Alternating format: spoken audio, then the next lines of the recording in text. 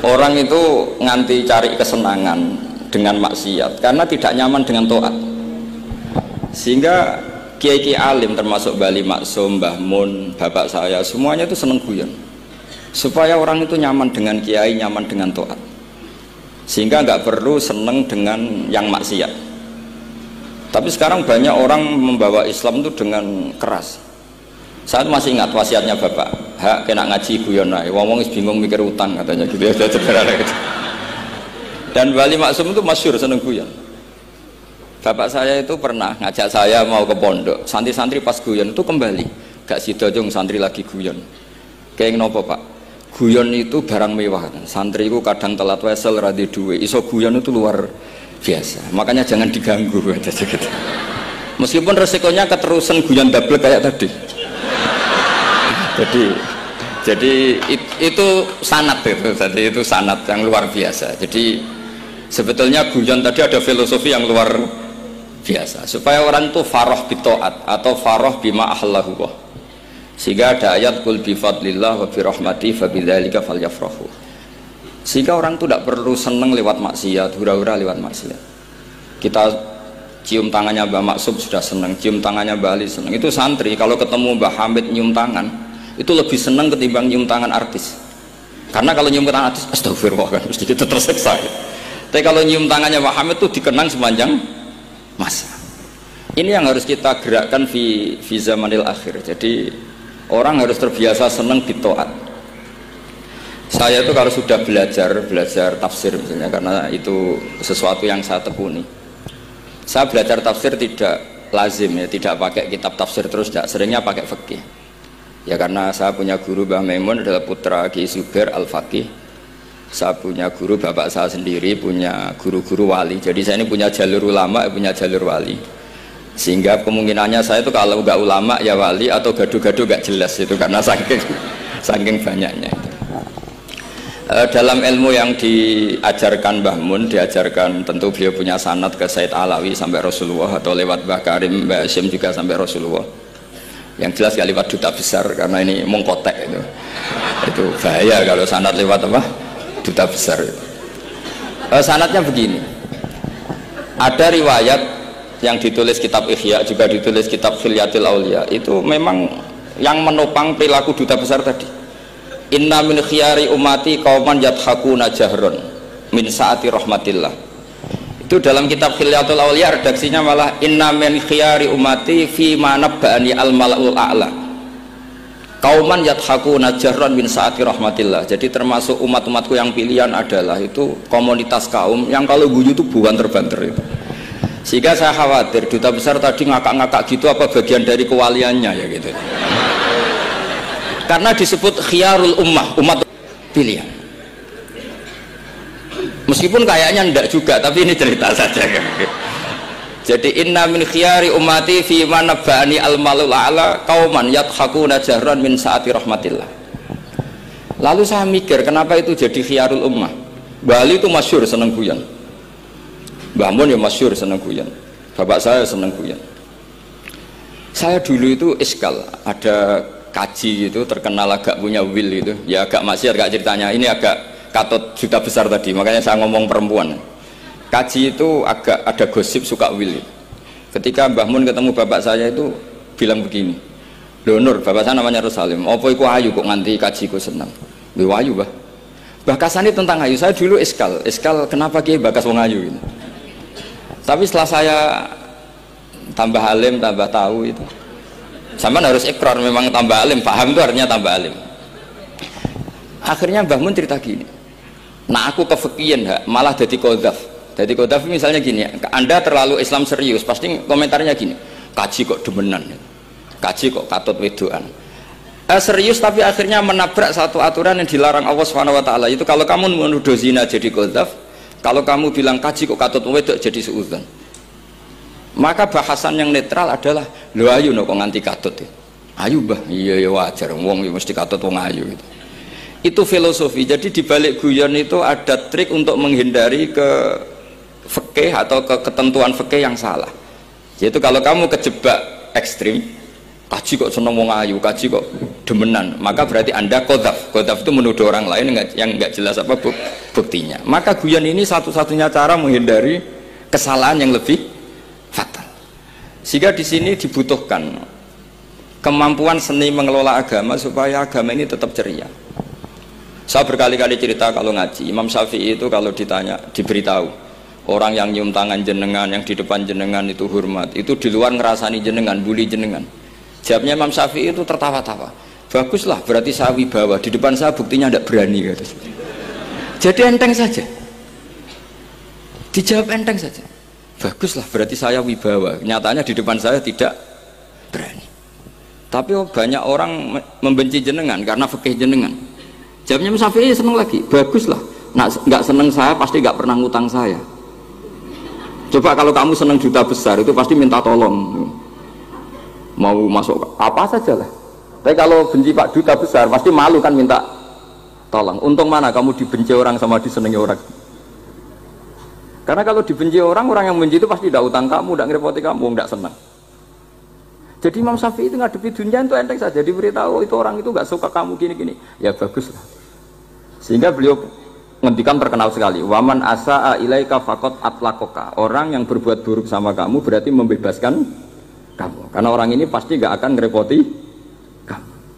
Jadi ulama-ulama dulu ciri khasnya adalah ar-ridho anillah, melihat apa saja itu sudah ridho, dan ridho itu ekspresi paling gampang ya ceria, seneng. Nah kemudian tadi kan saya bilang terakhir ini, yang paling terakhir saya baca trik menjaga perbedaan ini tetap kondusif.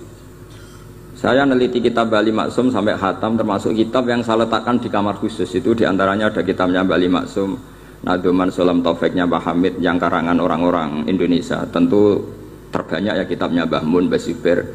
Bahkan saya masih punya catatan tangan tulisannya Basim Asyari karena beliau pernah nyurati buyut saya ketika khatam Sahih Muslim yang keluarga Kudus. Terus banyak lah saya punya, termasuk saya punya tulisan tangannya Kiai Fakih Mas Gumambang, gurunya Mbah Zubair. Saya memang dokumenter kitab, sehingga saya maaf sekali kalau pidato umum itu memang saya tidak keahlian saya. Karena itu harus dobes, itu tidak keahlian ulama, dobes itu tidak keahlian ulama. Ini saya baca singkat, tapi semoga ini barokah karena ini kholnya Bali Maksum. Semua mubalek tadi pakai catatannya sendiri, jadi itu ngekholi dirinya sendiri. Ini saya pakai orisinil kitabnya Bali Maksum. Jadi saya mungkin penceramah terbaik karena sesuai konteksnya itu. Nah ini enggak. Ini kholnya Bali Maksum, cerita syairnya sendiri tentang rokok lagi. Bolot lagi. Yes. Ya semoga diampuni oleh Allah Subhanahu wa taala. Ini ngendikane beliau tentang meminimalkan konflik. Ini saya baca di bab Al-Mithalul Awal. Jawazu hibati thawabil qiraah wa shadaqah lil mayyit wa wusuli thawabil qiraah wa a'malid birril mayyit. Kita berkeyakinan bahwa yasinan, tahlilan itu sampai ke mayit. Itu boleh kita hadiahkan dan sampai ke mayit. Kata Bali Maksum, wa wa min masailil furu' al khilafiyah. Fala yajuzu bi sya'nihi itharatul fitan wal jidal wal inkar. Alal qail wal amili bihi wala alal mukhalif. Ini dari awal masalah khilafiyah. Sehingga gak perlu jadi konflik yang berkelanjutan, baik kita menuntut yang melakukan itu atau menuntut yang menentang itu. Karena dari awal ini masalah furu'iyah. Sing nglakoni nggih monggo, sing nentang nggih napa? Monggo. Selama ini kan kita yang melakukan memaksa orang lain menerima, yang menentang memaksa orang lain menghentikan. Ini tidak fair kata Bali. Kata beliau itu gak fair. Wala yang bagi ayaqa bainahuma ma la yang bagi wuqu'uhu bainal akhwaini muslimaini. Kata beliau, wala in kana lil mani'i mustanadun fa inna li ghairihi mustanadan kadzalik. Kalau yang melarang tahlilan, melarang yasinan dikirimkan ke mayit itu punya mustanad, punya sanad. Yang bagi yang membolehkan juga punya sanad. Kalau ada kiai yang kalau pidato nangis itu sanadnya banyak dan benar. Tapi yang uraan kayak Pak Duta Besar juga banyak. Semuanya ada sanad. Jadi kata beliau sederhana saja, kalau al-mani'un, orang yang menolak itu punya sanad, kita yang membolehkan juga punya sanad. Tapi kata beliau dengan enteng, dengan ceria, ini masalah furu'iyah, nggak perlu jadi itharatul fitan wal jidal wal khisom. Kata beliau nggak perlu jadi perdebatan. Makanya pesan saya sama santri-santri kerap ya, sebetulnya masalah kita ini tercerabut dari ilmu. Coba dari awal Anda katakan yang tidak kunut itu Abu Hanifah, yang kunut itu Imam Syafi'i, maka melihat orang tidak kunut itu keren karena Al-Hanafi, pengikut mazhab Hanafi. Yang kunut juga keren karena pengikut mazhab Syafi'i. Tapi kita tidak, di zaman akhir kunut dan tidak kunut ini jadi politik identitas. Sehingga yang nggak kunut itu Muhammadiyah misalnya, yang kunut itu NU. Mana ada Basim Asy'ari sebagai mujaddid atau mujtahid yang mengharuskan kunut, atau Mbah Ahmad Dahlan yang melarang apa? Kunut. Wong dua beliau sama-sama pernah ngaji Syekh Khotib Minangkabau, pernah ngaji Mbah Mahfud ketika di Mekah. Jadi cobalah ilmu itu diperkuat sehingga kita mengatakan kunut adalah sunat menurut Imam Syafi'i, tidak sunat menurut mazhab Abu Hanifah. Sehingga enak sekali karena kita berdasar ilmu. Menyangkut sawabul kiroah atau sawabu amalil khairi, apakah sampai ke mayat apa enggak, ini kata beliau, kata Mbah Ali Maksum, beliau justru menukil Ibnu Taimiyah yang notabene sering dipakai dalil para orang-orang sana. Saya tidak tahu itu orang sana, itu Pak Duta itu yang tahu itu kalau ini mirip kitab Said Muhammad. Jadi Said Muhammad itu kalau istidlal sering pakai Ibnu Taimiyah karena itu yang dipakai mereka. Tapi ternyata Ibnu Taimiyah, qala Ibnu Taimiyah innal mayyit yantafi'u bi qiraatil Qur'an kama yantafi'u bil ibadah al maliyah minas shadaqah wa nahwiha. Terus waqayyim fi kitabir ruh afdalu ma yuhda ilal mayyit as-shadaqah wal istighfar wa du'a lahu wal hajju anhu. Artinya gini, kita sekarang ini tidak pernah kayak Bali Maksum pakai dalil jawazu ihda lil mayyit itu berdasar Ibnu Taimiyah dan Ibnul Qayyim. Kita seakan-akan Ibnu Taimiyah itu orang yang pasti melarang itu, sehingga kita itu terus mengatakan sing nyunatno tahlilan ku sopo, Mbah Hasim atau Mbah Fakih atau siapalah, meskipun riwayat ini mukhtalifah dari Mbah Hasim. Pertanyaannya adalah terus kesannya yang membolehkan itu hanya kiai lokal itu, kiai nasional itu. Padahal zaman Bali sudah mengajarkan kita yang membolehkan ihda wa amalil khairi ilal mayyit, yang membolehkan hadiah Yasin, Fatihah, tahlil ke mayit itu adalah orang sekaliber Ibnu Taimiyah dan Ibnul Qayyim. Sehingga dengan kita pakai ilmiah yang diterapkan Bali Maksum, kita ini merasa orang keren, orang global, orang yang keren lah. Karena guru-guru kita Bali Maksum, Mbah Hamid biasa mentahlili, Mbah Munawir semua mentahlili guru-gurunya. Di level ulama global ada Ibnu Taimiyah dan Ibnul Qayyim. Tapi karena kita tidak baca, seakan-akan tahlilan itu hanya tradisi lokal yang tidak di ACC, tidak disetujui ulama kelas internasional. Padahal di sini jelas diceritakan Ibnu Taimiyah berpendapat qiraatul Quran yang dihadiahkan ke mayit atau tahlil itu boleh. Jadi ini sangat penting supaya orang itu pakai tradisi ilmu. Saya pernah ngaji sama Mbak Mun, diberitahu kalaupun Rasulullah pernah kunut sekali, biasanya perdebatan kan, oke, Rasulullah pernah kunut tapi ahyanan. Pertanyaannya adalah setiap Nabi pernah melakukan sesuatu itu akan menjadi sunnatan mutaba'ah apa enggak? Tentu jawabannya iya. Nabi meskipun melakukan kunut andaikan hanya sekali, tapi karena pernah dilakukan Nabi, maka kebaikan ini akan menjadi sunnatan mutaba'ah, sunnat yang harus kita ikuti terus atau boleh kita ikuti terus. Jadi nggak boleh misalnya Rasulullah itu puasa Senin Kemis juga ahyanan, tidak selalu. Rasulullah itu tofa rokiban juga ahyanan, bukan selalu.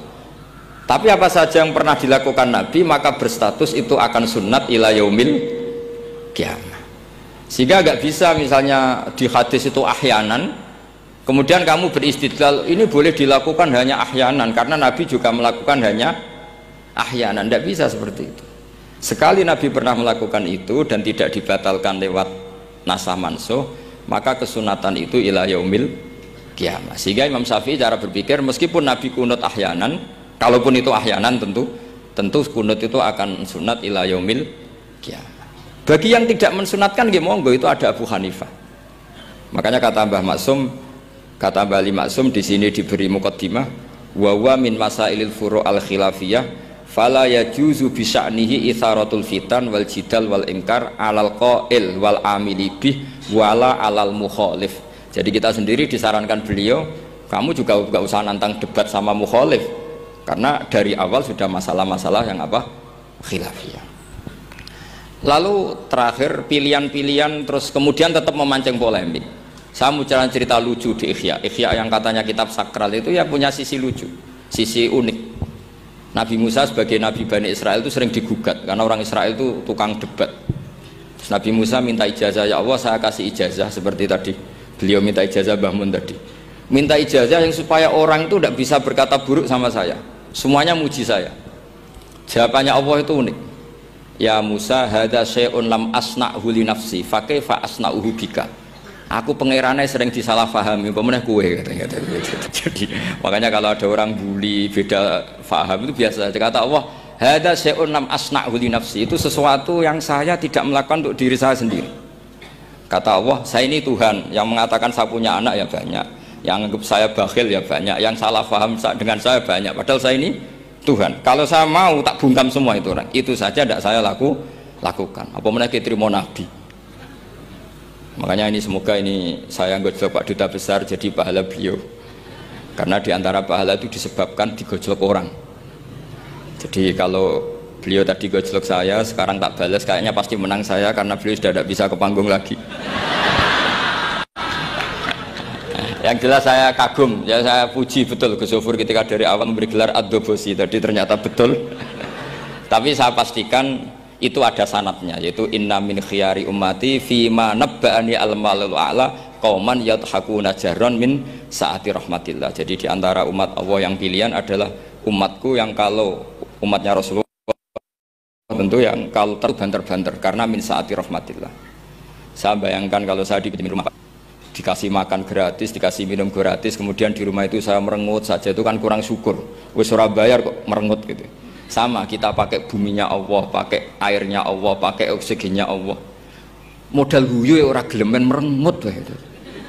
Itu kalau Allah tersinggung pasti Allah ngendikan falyatu robban siwa wal yakhruj min tahti ardi wasama. Silahkan mencari Tuhan selain saya kata Allah dan keluarlah dari langit saya, dari bumi saya, daripada diusir pangeran wis ning donya ceria wae, guyu-guyu wae, sementing aja dhewean apa guyu wis ngoten mawon. Wassalamualaikum warahmatullahi wabarakatuh. Dimohon untuk sekalian